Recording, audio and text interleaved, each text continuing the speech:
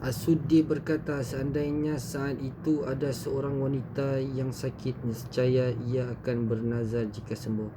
Ia akan membawa kayu bakar untuk membakar Ibrahim. Kemudian mereka mengumpulkannya di sebuah tanah yang luas dan membakar kayu-kayu tersebut. Api menyala semakin membesar dan membumbung tinggi, yang tidak ada satu pun api yang pernah dinyalakan seperti itu sebelumnya. Mereka menempatkan Ibrahim di atas alat pelempar batu atas petunjuk seorang lelaki Arab, penunggang kuda daripada bangsa Kurdi. Lalu Allah menenggelamkannya di permukaan bumi dalam keadaan menyombongkan diri hingga hari kiamat. Ketika mereka melemparkannya ke tengah-tengah api tersebut, maka Ibrahim berdoa, cukuplah Allah bagiku dan dia sebaik-baik penolong. Al-Hafiz Abu Ya'la meriwayatkan daripada Abu Hurairah radhiyallahu an, dia berkata, Rasulullah sallallahu alaihi wasallam bersabda, tatkala Ibrahim dilemparkan ke dalam api tersebut, maka dia berdoa, ya Allah, sesungguhnya engkau itu hanya ada satu di langit, sedangkan aku pun sendirian di bumi menyembahmu. Allah Subhanahu wa taala berfirman, wahai api, jadilah kamu dingin dan penyelamat bagi Ibrahim. Artinya tidak ada api yang tertinggal di bumi kecuali ia akan dipadamkan.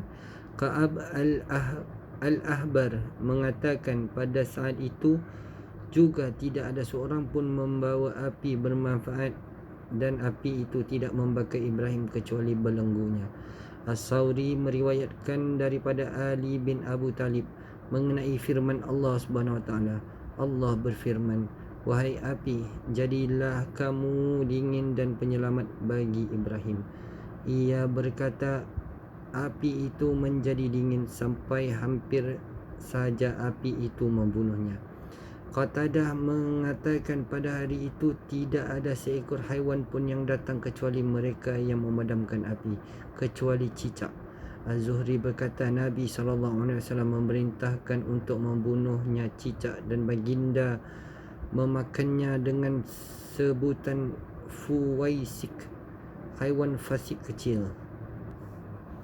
Daripada Abu Hurairah radhiyallahu anhu, Nabi SAW bersabda, ada 7 golongan yang akan mendapatkan naungan Allah pada hari tidak ada naungan selain naungannya, iaitu seorang imam yang adil, pemuda yang tumbuh dalam ibadah kepada Allah,